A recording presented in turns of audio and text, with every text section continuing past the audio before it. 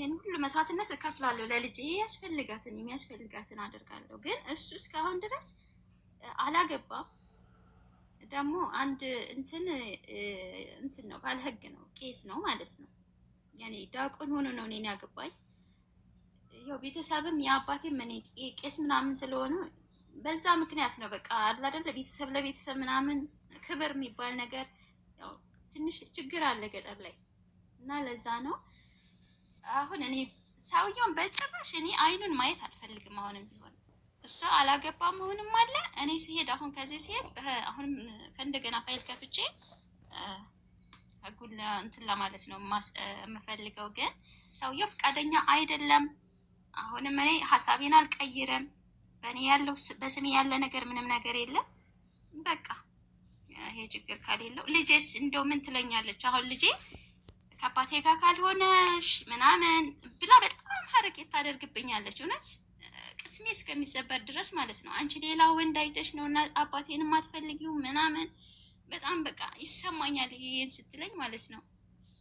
እና ኢየሱስ ነው ማደርጋት ምን መሰለሽ ሚዩት አድርጊ እስኪ። ትዳር ማለት ይኸውልሽ አሁን አንድ ቤት ውስጥ አብረው እየኖሩ የተፋቱ ብዙ ሰዎች አሉ። አንድ ቤት ውስጥ እየኖሩ ነው። እስኪ ጋብቻ ማለት ምን ማለት እንደሆነ ታውቂያለሽ? በልብ መጋባት፣ በልብ መጣመር። ወረቀት ላይ ስለሰፈረ ጋብቻ ነው ማለት አለ። ሰው ለውሸትም እኮ ይፈራረማል። ውጭ ለመሄድ ብሎ ይፈራረማል፣ ድራማ ይፈራረማል። ለምን? ወረቀት ላይ ያለ ነገር ልብ ላይ ከሌለ እኮ ትርጉም የለም። እና ወረቀቱ መቅደድሽ አለመቅደድሽ ምናልባት የንብረቱ ምናምን ጉዳይ ካልሆነ በስተቀር እኮ እናንተ እኮ ኦልሬዲ አመታት እኮ በቃ እኮ ተለያይታችኋል። ስለዚህ ከተፋታችሁ እኮ ቆያችሁ። እንኳን እናንተ ቀርቶ አልኩሽ እኮ አንድ ጎጆ ውስጥ እየኖሩ በሀሳብ የተለያዩ፣ በስሜት የተለያዩ፣ በብዙ ነገር ተለያይተው ጀስት አካላቸው ብቻ እዛ ቤት ውስጥ የሚንቀሳቀስ እሱም ለራሱ የሚገባ የሚወጣ እሷም ለራሷ እና የሆነ ወጥቼ እንትን ከምል እዚሁ ልኑር አይነት ነገር ብለው እኮ የሚኖሩ እኮ አሉ እኮ። ስለዚህ ጋብቻ ማለት ሰው በልብ ተጣምሮ ችግርሽ ችግሩ ሆኖ ችግሩ ችግርሽ ሆኖ እየተደጋገፋችሁ በአብሮነት ማትኖሩት ከሆነ ወረቀት ላይ ስላለ ወረቀት እኮ ምንም እኮ ተራ ነገር ኤኒ ታይም እኮ ሄደሽ እኮ ዊዝን በቀናቶች ውስጥ ምናምን እንትን ልትዩ የምትሽዩ ነገር ልብ ተለያየ ነው በቃ። ሰው የሚፋታው በልቡ ነው። ሲፋታ ሰው ሲጋባም በልቡ ነው የሚጋባው። ስለዚህ የልጅሽ ነገር ልጅቷ ልጅ ስለሆነች ነው ኦኬ የሚሰማት እነዛ ነው። በይም ተብላ ነው ገብቶሻል። እንዲህ በያት ተብላ ነው ልጅቷ። በዚህ ምን አውቃ ነው ስለ ትዳር፣ ስለ ባልና ሚስት አንድ ላይ መኖር አለመኖር ምን ገብቷት? ግን ስክሪፕቱ ተሰጥቷት ነው እንዲህ በያት እናትሽን ተብላ ነው ያለችሽ ያለችው። ሰው ልጅቷ የሚገባት ነገር ስላልሆነ ነው። ግን እንደው እሺ አንቺ እንደው ኑሪ ብለን እንኳን ተንኮ ሀሳብ ብንሰጥሽ ወይ ብትኖሪ እንዴት ነው የምትኖሪ? ማትፈልጊው ሰው እኮ ኑሪ። እሱ ራሱ ምን አይነት ፍቅር ያገኛል? ምንም እኮ አያገኝም ካንቺ። እና ይህንን ማስተዋል አለበት ብዬ አስባለሁ። እና አንቺ አያሳስብሽ፣ የንብረቱ ነው ጥያቄሽ የሆነው። በእናትሽ ስም ከሆነ ምንም እሱ ምን ማድረግ አይችልም። እሺ እሺ አለክስዬ፣ አይ ከታች ኮሜንት ሳይ ሀራም ነው ምን አውቃለሁ እኮ እኔም የቄስ ልጅ ነኝ። ግን ሰውየው ለእኔ ክብር የለውም። አንደኛ ነገር ፍቅር የሚባል ነገር የለም በመካከላችን። እንዴት እንኖራለን ጋይስ? እንዴ በእኔ አትፍረዱ። እኔ ስለ ሃይማኖቴ ጠንቅቄ አውቃለሁ። በዚህም ደግሞ እኔ በጣም ታመም የዚህ ሀገር ላይ ንስሐ ሁላ ገብቼበታለሁ። በቃ እኔ ይሄ ነገር ስህተት ነው ባሌን አስቀይሜዋለሁ ግን ከእሱ ጋር መኖር አልፈልግም ብዬ ንስሐ በምገባ ሰዓት ንስሐ ሁላ ገብቼበታለሁ። እውነት እና አትፍረዱ፣ ይፈረድባችኋል። እኔ ስለ ሃይማኖት ጠንቅቄ አውቃለሁ። በጣም ይቅርታ። በጣም አመሰግናለሁ ወንድሜ። ክበርልኝ፣ ክብር ይስጥልኝ፣ እግዚአብሔር ይስጥልኝ አባቴ። እሺ መልካም። ኦልሬዲ እኮ ከተፋቱ እኮ ቆዩ እኮ እነሱ። አሁን እሷ ያሳሰባት የንብረቷ ጉዳይ ሰው በልብ ሄሎ፣ ሰላም አሌክስ፣ እንዴት ነህ? ቆይ አንዴ ኮይን ውሰዱ ብሎ ልመና ውሰዱና ሜምበሩ ነው ጓዶች 249 ኮይን ብቻ ነው እስካሁን የተወሰደው። ሌላውን ምንድን ነው እኔ ራሴ መንታ አድርጌ ልውሰደው እንዳለ 100 ምናምን ቦታ ልቆራርጠው ከላይ ሳጥኑን ነክታችሁ ስሩና ከላይ ከስሜ ጎን ያለውን ልብ ቅርጽ ምልክት እየነካችሁ ሜምበር ሁኑ። ለኮይኑ እንዳያሳስባችሁ እኔ እሰጣችኋለሁ። ከእናንተ የሚጠበቀው መሆን ብቻ። እሺ የኔ እናት ቀጥይ። ምን እንታዘዝ?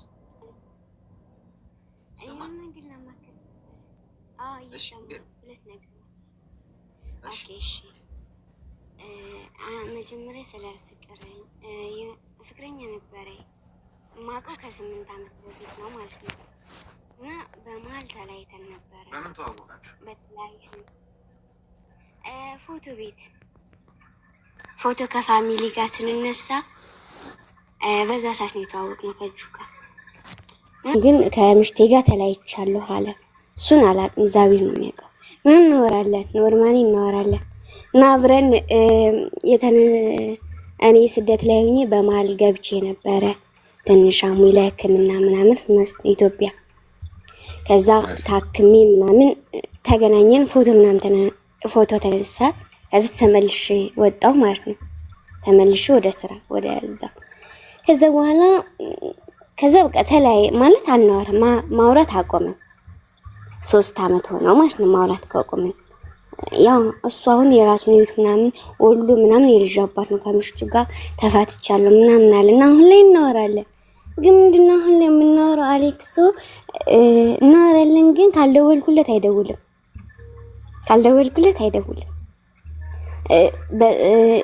ጋብ እያደረኩኝ በሳምንት አንዴ እንደዚህ እያለፍኩ እደውልለታለሁ እና ስነግረው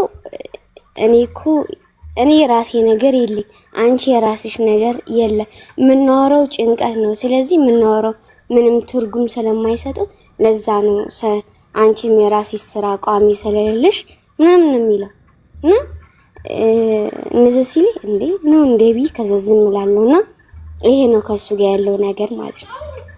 እና እኔ እሺ ያጠፋው ነገር ካለ ይቅርታ ብዬ ጠይቀዋለሁ። ግን የሆነ በቃ ሰበብ ነው የሚፈጥረው። 24 ሰዓት እኮ ኦንላይን ላይ ያለ 24 ሰዓት ኦንላይን ላይ ያለ ግን በቃ ከኔ ጋር ማውራት አይፈልግም። አንድ ይሄ ነው። የዚህ መልስ ከሰጠኝ ሌላ ደግሞ በጣም ያስጨነቀኝ ነገር አለና ያስጨነቀኝ ምን መሰለ? ይሄ እንዳለ የዚህንም መልስ ሰጠኛለ። ወንድሜን በጣም የምወደው ለወንድሜ በጣም ብዙ ነገር አድርጌለታለሁ፣ እጅግ በጣም ብዙ ነገር ማለት ነው። ግን አሁን ተስፋ ቆርጫለሁ። በጣም አዝኜበታለሁ። በጣም ነው የከፋኝ ማለት እሱ እንደዚህ እኔን ያደርገኛል ብዬ አስቤ አላቅም እና በጣም ገፍቶኛል። አሁን ላይ አሌክስ ማንንም ማውራት አልፈልግም። ከሁሉ ነገር መራቅ ነው የምፈልገው። ከሁሉ ነገር ርቅ ያለው በቃ እንደዚህ አንተን ማዳመጥ እንደዚህ መንፈሳዊ ላይ ነው እና ከሁሉ ነገር ርቅ ያለውና ወንድሜ ማለት የማልጠብቀውን ነገር አድርጎኝ ኢሞ ከፈተልኝና ኢሞ እሱ ከፈተልኝ ሲማውቱ ኢትዮጵያ ማለት ነው። እዛ እሱ ባወጣልኝ ኢሞ ላይ ይሄ ልጅ ነው ማወራው እና ኢትዮጵያ የሆነ ፋሚሊን የሚያገናኝ እሱ ስልክ እያለው ፋሚሊን አያገናኝም። ይሄኛው ልጅ ደግሞ ኢትዮጵያን የምንታወቀው ያ ቤተሰብ የሚያውቀው ማለት ነው። ቤተሰብን እሱ የሚያገናኝና ከሱ ጋር እናወራ ከሱ ጋር ታወራለኝ ሲል አይ ኖ አናወራም ስለማናወራ ለምን ትጠይቀኛለህ አልኩት። ምሽቱም ደግሞ ተጨምራ አታወሪም ወይ ስትል አይ አላወራም ለምን አወራዋለሁ። እዛ በመሀል እህቴ ችግር ገጠማትና ያኔ ሞባይል ባንኪንግ ስለምጠቀም ለእህቴ ብር ትራንስፈር አደረኩለት 1000 ብር እና 60 ብር ደግሞ ካርድ የምትሞላበት እዛ 60 ብር ለሱ ለምንድን ነው የላክሽው? ለእህትሽ ደግሞ ለምንድን ነው የምትለኪው? ለሱ ከ100,000 ብር በላይ አድርጌለታለሁ። ምክንያቱም ያው መርዳት ስላለብኝ ብዬ ረዳሁት። ያንን አልከፈለም ምድር ነው። ኦኬ እሺ ብዬ ተውኩት አይደል? ኢሞዬን እኔ ገዘጋና እኔ ጋር ኢሞን ዘግቶ ምሽቱ እንድትሰልለኝ ያደረገ ማለት ነው። ምሽቱ እኔን እንድትሰልለኝ ያደረግና እሱ ምንም አላጠፋም። እኔ ነኝ ያጠፋሁት። ይሄን ሁሉ ነገር አርጌ ያርኩት እኔ ነኝ እና ተወቀሹ እሱን እኔ ነኝ ያረኩት አለ። እሺ እዚህ ጋር አሁን እኔ ምንድነው ማድረግ ያለብኝ? እሷን ይቅርታ ማድረግ ያለብኝ እሱ አሁን ላይ ትደውልልኛለሽ ግን አላነሳም። ይሁን ውስጤ ለምን አደረገችው? ጠላቼ የለኝም ግን ለምን ምን አድርጌ ለምን የሚለውን ነገር እዚህ ጋር ትምህርት እንድሰጠኝ ነው። ይሄ ነው እና አመሰግናለሁ አሌክስ። እሺ ግን ትንሽ ዝብርቅርቅ ያለ ሁለተኛው ጥያቄ ምንድን ነው ያደረጉሽ? ማለት ማን ነው መሀል ላይ ያለው? መሀል ላይ ያለው ወንድሜና የወንድሜ ምሽት ናቸው። መሀል ላይ ያሉት ምንድን ነው የፈለጉት ከአንቺ? ወንድሜን ለምንድን ነው ልጁን የምታወሪው ነው? የትኛውን? ይሄ የተዋወቅሽው ቤተሰብን የሚያገናኝ ኖ ቤተሰብን የሚያገናኝ ልጅ ስትደውይ ቤተሰብ ጋር ሄዶ ስልክ የሚያገናኝሽ? እናቴ በ3 ወር አንዴ ስትመጣ የሚያገናኝ እሱ ነው። እና ለምንድን ነው የምታወሪው እሱ ነው የሚሉ እና ኢሞዬን ዘግቶ እኔ ጋር የለውን ኢሞ የከፈትኩትን ዘጋና ምሽቱ ጋር እሷ እንድከፍት አደረገ። ከዛ እሷ እኔ የማወራውን ሁሉ አየሽ ማለት ነው። እና ይሄ ለምን እንደዚህ ተደረገ ነው ያልኩት። እኔ የሆነ ቀን ውስጤ ምንድን ነው አሁን አንቺ መጥፎ ነገር አውርታችኋል ከልጁ ጋር? ኖ ሚስጥር ነገር ምንም መጥፎ ነገር ምንም ያወራሁት ነገር የለም። ለእህቴ ስላደረኩኝ ነው። ለእህቴ 1000 ብር ላኩኝ፣ 60 ብር ደግሞ ካርድ እንድትገዛ። ይሄን ነው እንጂ እኔ ሌላ ምንም ያደረኩት ነገር የለም። ግን ይሄ ለወንድሜ ጥላቻን ለምን እኔ ብዙ ነገር እያደረኩለት ለምን እንደዚህ ያደርግብኛል ብዬ አስጠላይ። ሁሉ ነገር በሱ እንድጠላ ያደረገኝ ማለት ነው። ለምን ምን አድርጌ? ብዙ ነገር አድርጌያለሁ፣ በጣም ብዙ ነገር። እናቴ መታ ማለት ነው አሌክሶ፣ እናቴ መታ ማለት ነው። እናቴ በ3 ወር በ4 ወር ማገኘት አያገናኘኝም። ለምን ብዙ ነገር ያልኩ፣ ግን ይሄኛው ልጅ ሂዶ በሞተር ሂዶ ስለሚያገናኘኝ ነው። እና ከሱ ጋር ያለኝ ነገር እንዲያቆም ፈልጎ ነውና ኢሞዬን የከፈተው ማለት ነው። አሁን ዝግ ነው ኢሞዬ ተዘግቷል። እነሱ እየተጠቀሙበት ነው። እና እኔ አቁም ያለው ማንንም አሁን ላይ አላወራም። የሆነ በቃ እኔ እንጃ አለ አይደለ ራሴን የምታዳምጥበት ነገር ነዛ። እና ይሄ ምክር እንድትሰጠኝ እና እሺ። እናትሽ ስልክ የላቸው? እናቴ ስልክ ገዝቼላት ነበር የመጣው እና ታናሽ ወንድሜ ስላለ እሱ ይዞት ተሰበረበት፣ ስክሪኑ ፈሰሰ። ለምን አትገዢላት ለእናትሽ? አሁን ላይ መግዛት አልቻልኩም፣ ምክንያቱም ስራ ቋሚም ስላላገኙ። አሁን ነው ገና እዚህ ቤት ራሱ 2ኛ ወሬን ያዝኩት። ትንሽ ብር እስከሚይዝ ብዬ ነው እንጂ እገዛላታለሁ። እሺ እድሜሽ ስንት ነው? እኔ አሁን 23 ጨርሼ ወደ 24 ልሄድ ነው። እሺ ሚዩት አድርጊና አዳምጪኝ። ተረጋጊ። እሺ አንደኛ ሰውን ማመን ቀብሮ ነው አለሽ ቀበሮ ይባላል አይደል? ወንድምሽ ስለሆነ ሚስቱ ስለሆነሽ ምናምን ሳይሆን ይሄ ፕራይቬሲ የሆነ ነገር ነው። ፕራይቬት። በዚህ አጋጣሚ ለሰዎች ስልክ ክፈቱልኝ ኢሞ ምናምን ብላችሁ የምትሰጡ ሰዎች፣ ቴሌግራም ክፈቱልኝ ብላችሁ የምትሰጡ ሰዎች ቢኬርፉል።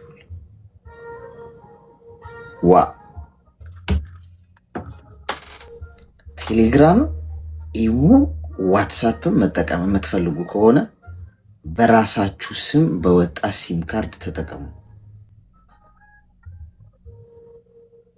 ምክንያቱም ስልክ ማለት ፐርሰናል የሆነ ነገር ነው ጋይስ። የፈለጋችሁትን ከማንም ሰው ጋር ልታወሩ ትችላላችሁ፣ መብታችሁ። ያንም ፕራይቬሲ አሁን ሚስጥር ስላችሁ አሁን የፍቅር ግንኙነት ምናምን ብቻ እኮ አይደለም፣ ሰው ሚስጥር ሊነግራችሁ ይችላል እናንተ። እኔ ይሄኛው ስልኬ ከነፍሴ በላይ ነው የምጠብቀው። ይህን ታምናላችሁ? የእጅ ስልኬ እንደ ድሮ የእጅ ስልክ ዝም ብሎ ሄሎ ለመባባል ምናምን የብዙ ሰው ሚስጥር ይዟል ይህ ስልክ። ብዙ ሰዎች የውስጣቸው ለማንም ነግረውት የማያውቁትን ነግረውኝ ያውቃሉ። ገብቷቸዋል። የሰዎችን ፕራይቬሲ እንደ ነፍሴ መጠበቅ አለብኝ። እኔም ማምነው እንደዛ ነው። ዝም ብዬ እንደቀላል ሰው መጥቶ አጠገቤ ምናምን ቁጭ አድርጌው እስቲ ያዘው ምናምን ብዬ የሚሄድ አይደል። ስልክን ካለኝ በራስ ስልክ ደውል ነው የምለው፣ አላስደውል። ገብቷቸዋል። ለምን እኔ ምንም እኮ አልሆነም፣ ግን ሰው አምኖ ፕራይቬሲ ብሎ ለእኔ የነገረኝ ነገር ካለ በስልኬ ከሆነ ይዤው መሄደው። አለቀ። በእኔ ፌስ አይዲ የሚከፈት ስልክ ብቻ ነው ያለኝ። የኔን ስልክ ሊጠቀም የሚችለው እኔ ብቻ ነኝ። ወድቆ ቢጠፋ ምን ቢል አይከፈትም። ዳታው እንዳለ ማጥፋት እችላለሁ። ሌላ ቦታ ሆኜ ስልኬ ቢጠፋ እንኳን እንዳለ ዳታው መሰረዝ እችላለሁ። ይህን ያህል ፕሮቴክት ማድረግ አለብኝ። ስልካችሁን ኢሞ ወንድሜ ክፈትልኝ፣ እህቴ ክፈትልኝ፣ አጎቴ ክፈትልኝ፣ አክስቴ ክፈትልኝ ብላችሁ ስትሰጡ የእናንተን ፕራይቬሲ ሊያዩ ሊሰሙ ይችላሉ። ምክንያቱም በስማቸው የተከፈተ ቁጥር ነው፣ ሊገቡ ይችላሉ። ማንም ሰው ሴኩሪቲያቸውን አልፎ እንዲገባ አትፍቅዱ። ስለዚህ የአንቺ ጥፋት ወንድም ነው፣ ግን አንቺ አይደለሽም። ክፈትልኝ ብለሽ በሱ ኢሞ መጠቀም የለብሽም። አንዳንዴ መስመራችሁን ማወቅ አለባቸው። ሰዎችም መስመራቸውን ማወቅ አለባቸው። ገብቷችኋል? ስለዚህ አንቺ ስተት ምንድነው? ወንድምሽን አምነሽ ሲም ካርድ ትምህርት ወሰድሽ ማለት ነው። አትጥዩ። እንደዚህ አይነት መፈጠሩ ይሄ መፈጠሩ እንዳትጠዩ። ወንድምሽን አትጥዩ። እሺ፣ በነገራችን ከጥላቻ ምንም የምታተርፊው ነገር የለም። ኃላፊነቱ ሰጂ። ጥፋተኛው አንቺ ነሽ። ሰዎች ለበደሏችሁ ነገር ባይዜ እጃችሁ እነሱ ላይ አትቀሱ። በህይወቴ ለበደሉኝ፣ ላስቀየሙኝ፣ ላሳዘኑኝ ሰዎች በህይወቴ ውስጥ ብታምኑ ባታምኑ ለሰከንድ ጣቴን እነሱ ላይ አልቀስርም። የኔ ጥፋት ነው ብዬ ነው ማምነው። አምኛቸው ልቤን ሰብረውት ከሆነ ለምን አመንኳቸው? ራሴን ነው መወቅሰው። ሰላም የማገኘው በዛ ነው። ጣቴን ስቀስር ብኖር ግን ምንድን ነው? እንቅልፍ አልተኛም፣ ሰላም አላገኝም። ሁሌ ወቃሽ፣ ሁሌ ይዬ ባይሆኜ ነው የምቀረው። የኔ ጥፋት ነው። ስላመንኩት ነው የሰበረኝ። ማን እመናኝ? ለምን አልተጠነቀቅኩም? ለምን ራሴን ፕሮቴክት አላረኩም? ስለዚህ እኔ ይዝርክርኩ እንጂ አሁን አንቺ ወንድምሽን ብትጠይው ምን ብትይ ጥላቻ የሚጎዳው አንቺን እንጂ እሱን አይደለም። እሱ ምንም አይሆንም። አንቺ ግን ጥላቻ ማለት እንደማለት ታውቃላችሁ። ሌላን ሰው ለማቃጠል ብላችሁ ራሳችሁ ላይ ጋዛ አርከፍክፋችሁ ክብሪት እንደመለኮስ የታባቱ አቃጥለዋለሁ ፈጀዋለሁ ብላችሁ ራሳችሁ ላይ ጋዛ አርከፍክፋችሁ ራሳችሁ ላይ መለኮስ ማለት ነው። ጥላቻ ማለት እንደዛ ነው። ግን በነገራችን የምትቃጠሉት እናንተ ናችሁ። የምትለበለቡት፣ እንቅልፍ የምታጡት። ሌላን ሰው ለመጥያ ሰዓት የለኝም። እኔ ሰላም ነው የምፈልገው። ስለዚህ ለዛ ሰው መብሸቅና ያንን ሰው ለመጉዳት ብዬ ራሴን በጥላቻ ውስጥ አላቃጥልም። ራስ ኃላፊነት ወስዶ መሄድ ሰላም ይሰጣል። ስለዚህ ወንድምሽን አትጥዩ። ለምን? የሱ ጥፋት አይደለም፣ ያንቺ ጥፋት። ሴኩሪቲሽን መጠበቅ አልቻልሽም። ከዛሬ ጀምሮ ከወንድምሽ ጋር ሰላም አውርጂ ማለት ነው። ሁለተኛው ነጥብ ቲክቶክ ላይ ያወቅሽው ወንድ ፎቶ ቤት የተዋወቅሽው ከዛሬ ምናምን በፊት፣ እሱን እርሺው። ከዛሬ ምናምን በፊት ቲክቶክ ላይ የተዋወቅሽው አይደውልልኝም እኔ ብቻ ነኝ የምደውልለት አልሽ። ብዙ ፍቅረኞች ስላሉት እኮ ነው የኔ እናት። 24 ዓመትሽ ነው። መጎዳት የለብሽም። ልብሽ መሰበር። ሰውን በግድ ፈልገኝ ብላችሁ እንደ ቮልስ እንደ ድሮ በግፊ እንደሚነሱ መኪኖች ገፍታችሁ አፍቀረኝ፣ ገፍታችሁ ደውልልኝ፣ ገፍታችሁ አውራኝ ብላችኋቸው የምታወሯቸው ሰዎች ካሉ አቆሙ። ከዛ አይሰራም። በቃ አይሰራም። ሰዎች ፈልገው ራሳቸው አስታውሰው ሊደውሉላችሁ ይገባል።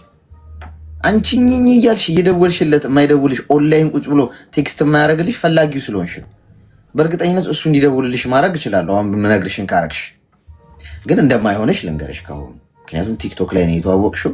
እሱ ብዙ የሚጀነጅናቸው ሰዎች አሉ። አንቺን የተቀበለሽ ምንድነው? ዝም ብዬ አንዳንድ ወንዶች በጣም በሚያሳዝን ሁኔታ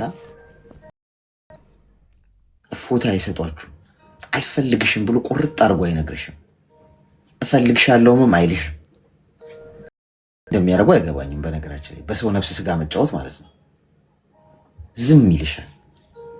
እንደማይፈልግሽ እኮ ያውቃል። ወይም ደግሞ ሌላ ህይወት ውስጥ ምናምን እኮ ሊሆን ይችላል። ግን ዝም ነው የሚልሽ። አይደውልሽም፣ ቴክስት የማያደርግልሽም። አልፈልግም ስትደውይለት አንዳንዴ ያነሳል፣ ያናግርሻል።